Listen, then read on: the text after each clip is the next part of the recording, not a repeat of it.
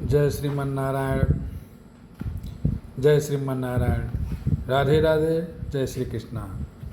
आगामी निर्जला एकादशी जो 25 जून को गुरुवार को पड़ रहा है, हम उसके बारे में विधि विधान, पूजा का विधान सब भक्तों को बता रहे हैं।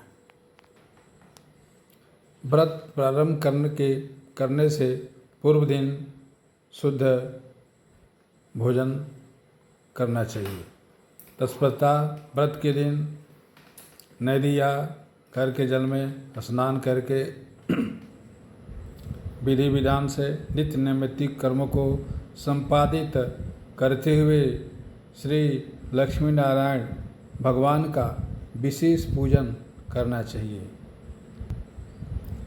व्रत के पूर्व दिन से ही अगर आप लहसुन प्याज खाते हैं तो उसको पूर्व दिन ही छोड़ देना चाहिए और शाकाहारी भोजन करने के बाद व्रत के दिन पूर्णतया निर्जला व्रत करना चाहिए। नित्य नैमित्तिक कर्मों को करने के बाद मन में संकल्प करना चाहिए कि हम ये व्रत रह रहे हैं भगवान विष्णु के प्रीत्यर्थ, उनकी प्रसन्नता के लिए, जो हमारी धर्म अर्थ काम मोक्ष सभी को प्रदान करने वाले हैं। धर्म अर्थ काम मोक्ष यह मनुष्य के हिंदू धर्म में 4 पुरुषार्थ बताए गए हैं। चारों पुरुषार्थों की प्राप्ति इन एकादशी व्रत करने से प्राप्त हो जाता है। निर्जला एकादशी का महात्मा बहुत ज़्यादा है। निर्जला एकादशी के दिन मानसिक संकल्प करने के बाद श्री लक्ष्मी नारायण भगवान का विधि विधान से पूजन करना चाहिए।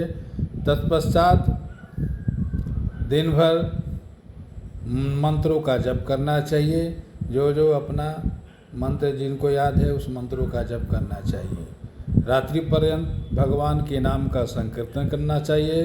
तत्पश्चात दूसरे दिन द्वादशी तिथि में ही पारण करना चाहिए। पारण करने के पूर्व एक ब्राह्मण को भोजन कराना चाहिए। यथासाध्य यथाशक्ति अनुसार उनको दक्षिणा इत्यादि का दान करना चाहिए। निर्जला व्रत जिस दिन आप रह रहे हैं उस दिन जल कुंभदान का विशेष महत्व है। जल कुंभदान यानी मिट्टी के घड़े में जल भर के गुण द्रव्य स्वर्ण आदि जो उपलब्ध हो उसके हिसाब से किसी ब्राह्मण को संकल्प करके दान करना चाहिए। इसका विशेष लाभ एवं पुण्यदायी माना जाता है। निर्जला व्रत के प्रभाव से जो व्यक्ति एक साथ तल कोई भी व्रत एकादशी का नहीं रहता है उन सभी एकादशियों का फल केवल निर्जला एकादशी व्रत करने से प्राप्त हो जाता है। इसके संबंध में एक कथा आती है। एक बार की बात है, 88,000 ऋषि मुनि आपस में एकादशी के व्रत के महत्व के बारे में चर्चा कर रहे थे। उनमें सूत जी ने कहा, एक बार की बात है, भीमसेन अपने पितामह व्यास जी से बोले कि पितामह, भ्राता युधिष्ठिर, माता कुंती, द्रौपदी, अर्जुन, नकुल, सहदेव सभी लोग एकादशी का व्रत करते हैं और मुझे भी करने के लिए उद्यत करते हैं, लेकिन हमसे व्रत हो नहीं पाता है क्योंकि हम बिना अन्न के रह नहीं पाते, हमको भूख ज़्यादा लगती है। इस पर पितामह जी ने कहा कि वो लोग सही कहते हैं, एकादशी को अन्न नहीं खाना चाहिए क्योंकि एकादशी को अन्न खाने से पाप लगता है, इसलिए आपको भी व्रत करना चाहिए। तो तुम भी एकादशी का व्रत रहो। अगर नहीं रह पा रहे हो, कम से कम जो व्यक्ति नहीं रह पाता है, साल में एक एकादशी जो ज्येष्ठ मास की शुक्ल पक्ष में पड़ती है जिसका नाम निर्जला एकादशी है, अगर इस एकादशी को कोई कर ले तो संपूर्ण एकादशी का फल प्राप्त हो जाता है। पितामह के कहने के पश्चात उन्होंने निर्जला एकादशी का व्रत किया।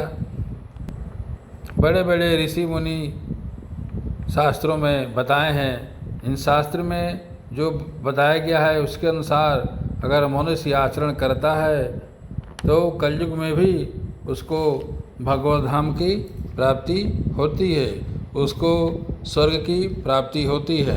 क्योंकि एकादशी व्रत करने से जीव का संपूर्ण पाप समाप्त हो जाता है और वह व्यक्ति भगवान नारायण के समीप जाता है।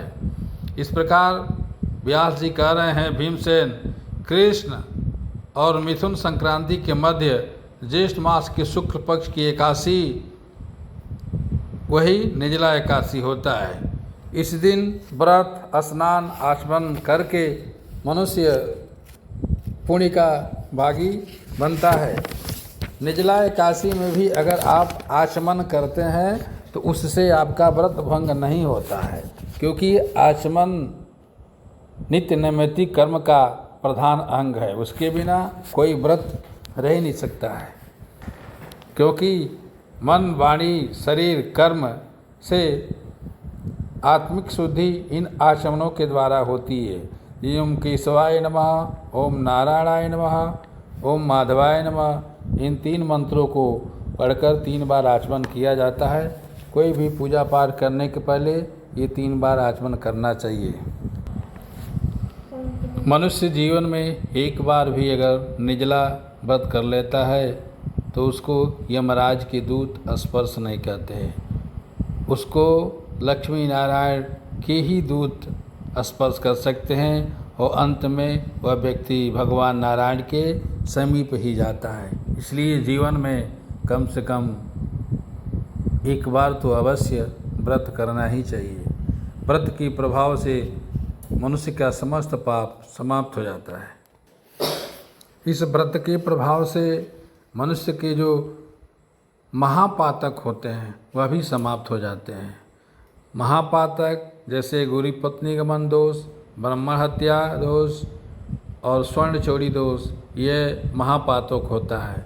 इन महापातकों का भी नाश हो जाता है एकादशी व्रत के प्रभाव से।